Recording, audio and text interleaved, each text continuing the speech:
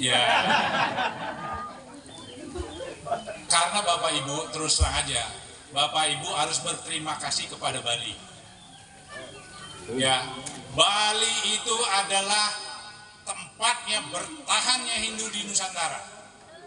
Bapak Ibu dari Jawa digeser ke Bali, sampai di Bali diberikan aktivitas, diberikan kreasi, sehingga Bali itu tetap bertahan dan terkenal di seluruh dunia. Makanya bagaimana Bapak Ibu bisa mengaca daripada Bali, begitu gigihnya, begitu kuatnya mempertahankan bukan saja agama, tapi budaya dan kesenian.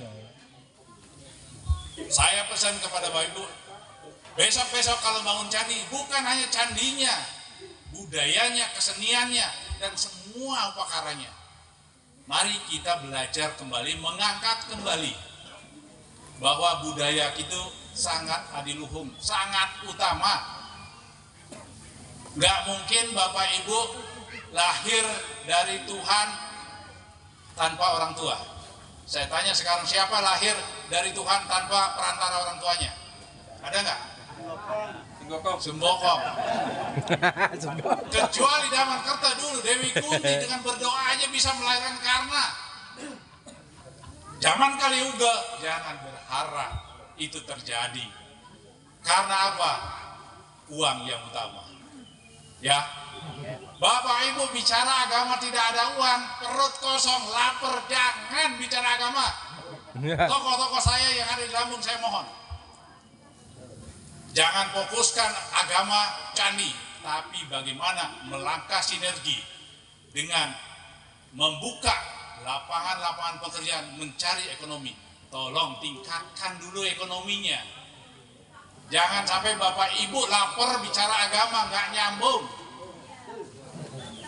Ya, saya sudah tadi banyak berbicara dengan Pak Dewan. Nah, makanya saya pesan yang duduk sebenarnya Pak Ketua nih, duduk di provinsi, tokoh-tokoh kita sudah banyak yang duduk. Begitu juga yang pengusaha. Namun katanya yang kurang itu di instansi pemerintah. Yang paling sulit beliau bilang, yang kira-kira yang saya orbitkan di Dewan ini siapa? Sulit saya mencari penerus. Kalau Pak Anton besok selesai nggak ada lagi, siapa yang memperjuangkan?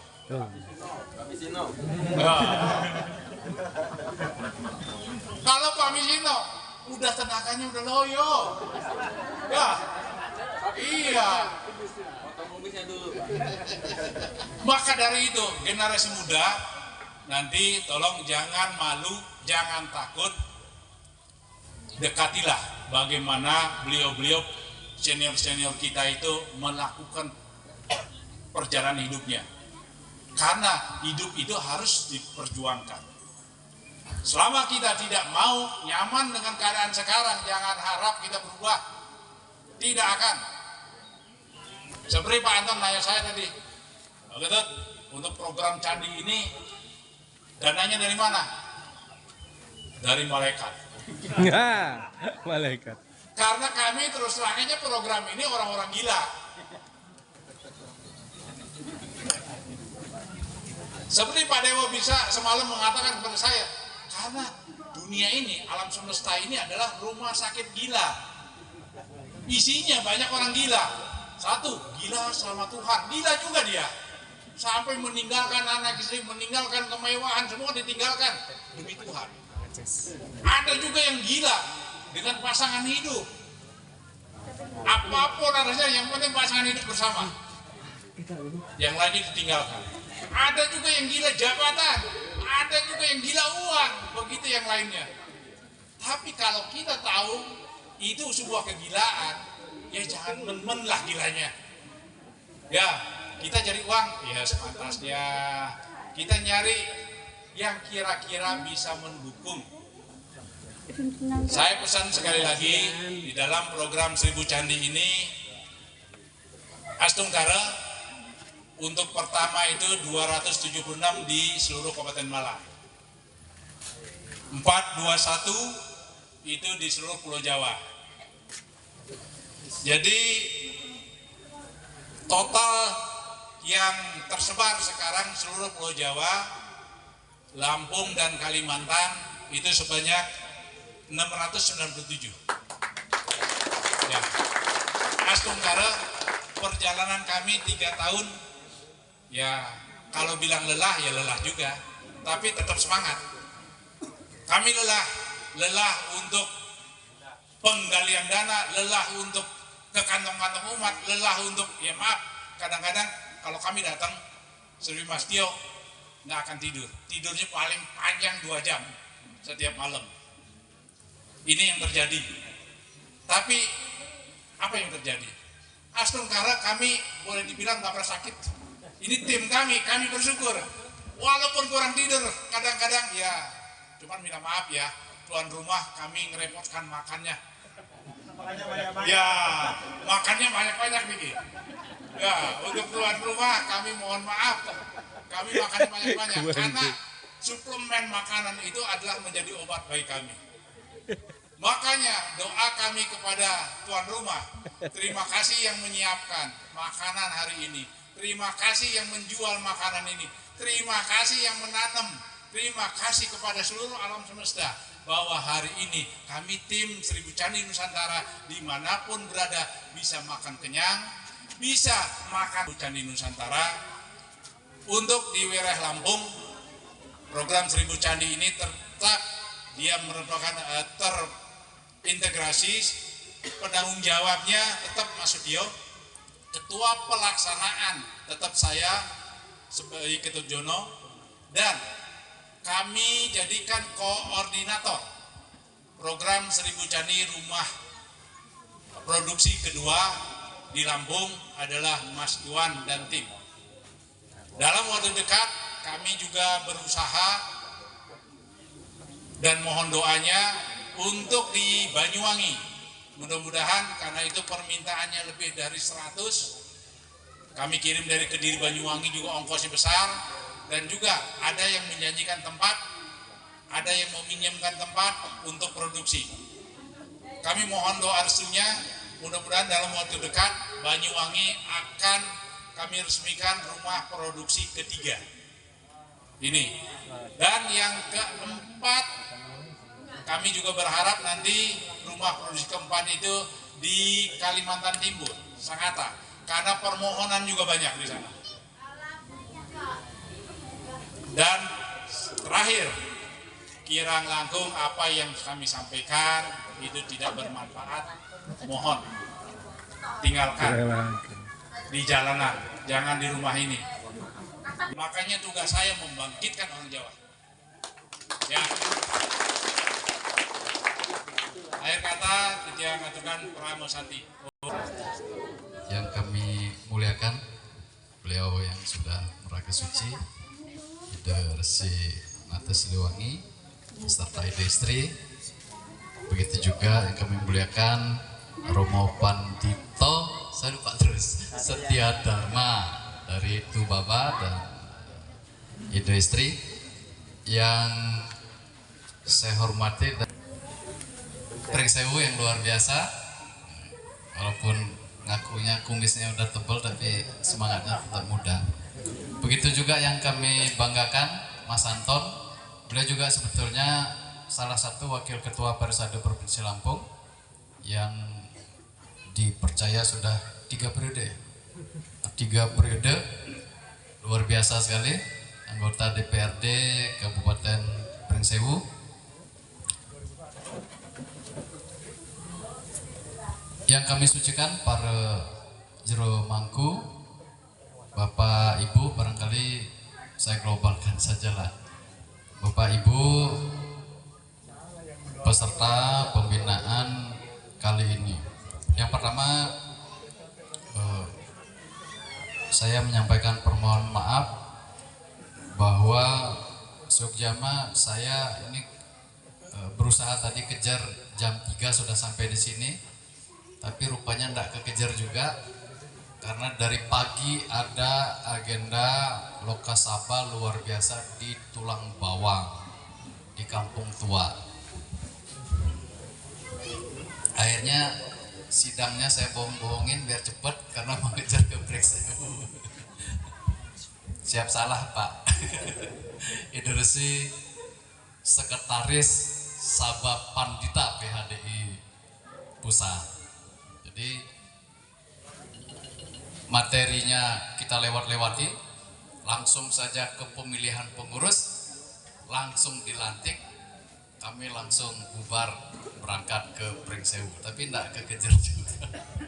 Jauh juga rupanya gitu, kadang udah nerobos-nerobos. Tapi astungkara bahwa kami masih bisa mengikuti kegiatan pembinaan yang tentu saja sangat bermanfaat. Nanti kita umat Hindu di Provinsi Lampung mendapatkan arahan dari beliau yang suci, yang sudah tentu saja pengetahuan sudah tidak perlu kita ragukan lagi. Satu hal barangkali Pak Ketut, Pak Sutio, bahwa dari awal saya mendengar cerita program 1000 Candi ini, saya sudah luar biasa senang. Karena saya dari SMA sudah berkeyakinan bahwa manusia ini harus punya identitas. Coba saja, identitas termelekat di manusia ini adalah nama. Bayangkan kalau kita semua ini nggak punya nama, hancur kita, mau manggil siapa. Begitu juga kita beragama, kecuali kita mau pergi hutan semua, bertambah semua, sudahlah. Identitas fisik ini menjadi sangat penting. Identitas fisik itu sekarang idealisme dia diwujudkan oleh para tokoh melalui program 1000 Candi. Kalau zaman dulu sering sekali kita dengar bagaimana Lampung ini, di Lampung Timur itu banyak sekali umat Hindunya yang berasal dari Jawa. Sekarang tinggal beberapa kakak lagi. Ya karena mudah dihapus. Di depannya ada apa-apa, ciri bahwa dia orang Hindu nggak ada. Sehingga begitu mereka ditenggelamkan atau dikonversi kemana-mana kan selesai dia. Tetapi kalau di depan rumahnya ada identitas, maka ada kontrol sosialnya. Yang dimaksud dengan identitas fisik. Gitu. Nah, saya agak, maaf Bapak Ibu di Pringsewu, kemudian Panggamus, barangkali Mas Narsono di Tulang Bawang dan Tulang Bawang Barat. Sudah berapa tahun kita di Lampung program ini dilaksanakan? Mungkin sudah hampir 2 tahun ya Pak? Baru setahun? Oh di Lampungnya? Oke. Setahun. Yang terrealisasi dari Pringsewu saja 670. Bukan, kakaknya. Kakaknya yang 673. 673, yang terrealisasi hanya baru 17. 17 itu 8 dari Jawa Pak? 8 dari Jawa. Tuh, kan masih jauh sekali. Gitu. Kan tidak bisa bapak-bapak semuanya 100% mengharapkan Pak Ketut Jono, Pak Sutio yang mensuplai, yang nyuapin kita. Bapak-bapak juga harus punya semangat. Saya dengar cerita, ada salah satu tempat yang teman kami mendana puniakan pelinggihnya 100%. Digeser ke tetangganya. Nggak ada niat dia untuk mendirikan pelinggih yang sudah 100% didana puniakan oleh salah satu tokoh kita. Kan lucu bapak-bapak. Beragama itu harus ada niat bahwa kita mau beragama sungguh-sungguh. Salah satu cirinya yaitu, kecuali kalau bapak-bapak sudah tembus doanya, nggak perlu pakai candi lagi, nggak perlu pakai pelinggih lagi, sudah tembus doanya langsung ke Tuhan. Begitu, hei Tuhan, saya butuh mobil, plek dari langit turun mobil. Udahlah, nggak usah ngebuat pelinggih apapun. Tapi sepanjang bapak-bapak masih berdoanya memohon, mudah-mudahan judulnya, mudah-mudahan Tuhan, saya diberikan umur panjang, saya diberikan rezeki yang bagus. Salah satu oleh tokoh kita sudah diberi panduannya bagaimana kita nembus alam semesta ini energi alam semesta ini bisa kita satukan ke dalam energi buana alit kita ini, salah satu sarananya adalah melalui candi. Itu yang sudah diberikan tuntunan oleh para tokoh-tokoh kita ini. Kenapa kita malas untuk itu gitu loh. Saya ngebayangin tadinya paling nggak di Lampung ini sudah 200 ke 250 yang sudah terrealisasi gitu. Kan agak kendor lagi semangat saya. Tadinya bapak-bapak, saking saya semangatnya, kalau